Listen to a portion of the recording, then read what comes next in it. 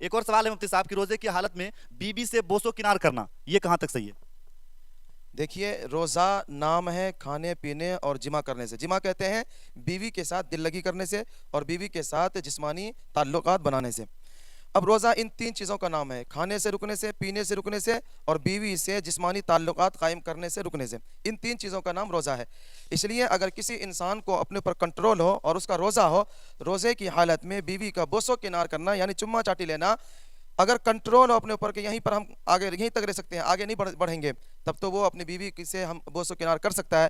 لیکن اگر اس انسان کو اپنے اوپر اندیشہ ہو کہ میں بوسو کنار تک جاؤں گا تو میں آگے بھی جا سکتا ہوں، تو پھر اب اس حالت میں اس کو اپنی بیوی کے ساتھ بوسو کنار کرنا مکروہ تحریمی ہے. ان دنوں ماہ رمضان کا مہینہ چل رہا ہے، ایسے میں افطار پارٹی کا بہت زیادہ کریز چل رہا ہے. میں مفتی صاحب کے پاس پنہ حاضر ہوا ہوں اور مفتی صاحب سے یہ جاننا چاہوں گا کہ اگر کوئی غیر مسلم مسلمانوں کو افطار کرائے یعنی کہ ہندو بھائی اگر مسلمانوں کو افطار کرائے تو کیا مسلمان بھائی کا روزہ ہوگا یا نہیں ہوگا؟ مفتی صاحب. دیکھیے، ماشاءاللہ آپ نے بہت اچھا سوال کیا ہے. رمضان المبارک میں چونکہ افطار کرانے کا رواج ہے اور خاص طور پر غیر مسلم بھائیوں کے ساتھ افطار کرنا اور کرانا یہ بھائی چارگی کے لیے بھی بہت بہتر ہے. اب یہ دیکھنا ہے کہ ہماری شریعت کیا کہتی ہے. کیا شریعت اس بات کی اجازت دیتی ہے کہ افطار جو ہے غیر مسلم بھائیوں کے پاس بھی اور ان کے مالوں سے بھی کر سکتے ہیں؟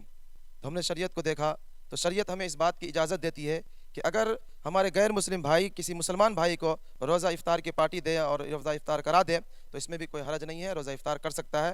اس سے روزے کی صحت پر کوئی اثر نہیں پڑتا ہے. اچھا مفتی صاحب، اگر کسی شخص کو پیریا کی بیماری ہے اور پیریا کی بیماری ہونے کی وجہ سے جو خون نکلتا ہے وہ خون اگر حلق کے نیچے اتر جائے تو کیا روزہ رہے گا یا پھر ٹوٹ جائے گا؟ اگر کسی کو پیریا کی بیماری ہے اور بلا اختیار جو ہے حلق سے مسوڑوں سے جو ہے خون نکلتے رہتا ہے اور بلا اختیار حلق کے اندر چلا جاتا ہے تو پھر بندہ اس پر مجبور ہے.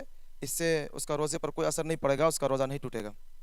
آپ دیکھ سکتے ہیں یہ بڑا سوال تھا، چونکہ بہت سارے لوگوں کو پیریا کی بیماری ہے اور وہ جب روزے کی حالت میں جب وہ دتمن وغیرہ کرتے ہیں، مسواک وغیرہ کرتے ہیں تو وہاں سے خون نکل کر کے حلق میں چلا جاتا ہے. تو مفتی صاحب نے بالکل کلیئر کر دیا ہے کہ ایسے حالات میں آپ کا جو روزہ ہے وہ بالکل بھی نہیں ٹوٹے گا. دوسرا سوال مفتی صاحب یہ ہے کہ کوئی شخص گلوکوز یا خون چڑھائے تو کیا روزہ رہے گا یا پھر ٹوٹ جائے گا؟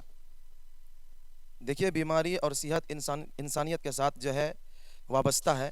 اس لیے اگر روزے کی حالت میں کسی کی طبیعت خراب ہو جائے یعنی کسی کو پانی کی کمی پڑ جائے یا خون کی کمی پڑ جائے اور اس حالت میں انسان کو خون چڑھانے کی ضرورت پڑے یا گلوکوز کی بوتل چڑھانے کی ضرورت پڑے تو روزے کی حالت میں گلوکوز کی بوتل بھی چڑھوا سکتے ہیں اور روزے کی حالت میں جسم کے اندر خون بھی چڑھا سکتے ہیں. البتہ شرط یہ ہے کہ جب خون چڑھائے گا جسم کے اندر تو براہ راست معدے تک وہ خون نہ پہنچے.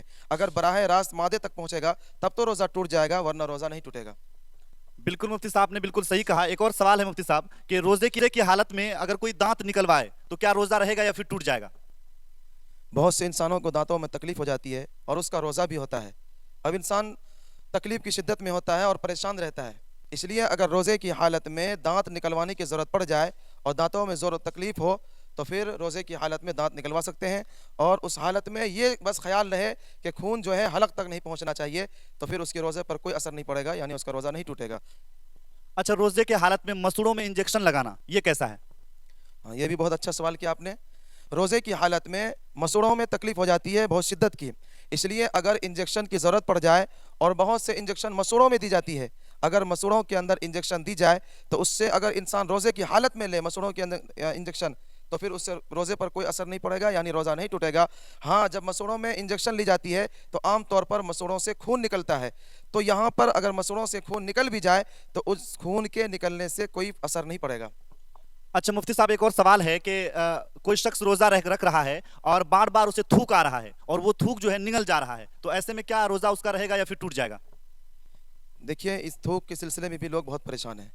ایک تو یہ ہے کہ منہ کے اندر تھوک کو پانی کی شکل میں اور گھونٹ کی شکل میں جمع کرنا قصدن اور پھر اس کو نگل لینا، تب تو روزہ ٹوٹ جائے گا. لیکن فطری طور پر انسان ہے، منہ کے اندر تو تھوک آتا ہی رہتا ہے، اگر ایسے ہی آئے اور وہ جمع نہ کرے، وہ اندر گھوٹے تو اس سے کوئی فرق نہیں پڑتا ہے، چاہے جتنی مرتبہ وہ گھوٹے اس کا روزہ ہو جائے گا، روزہ نہیں ٹوٹے گا.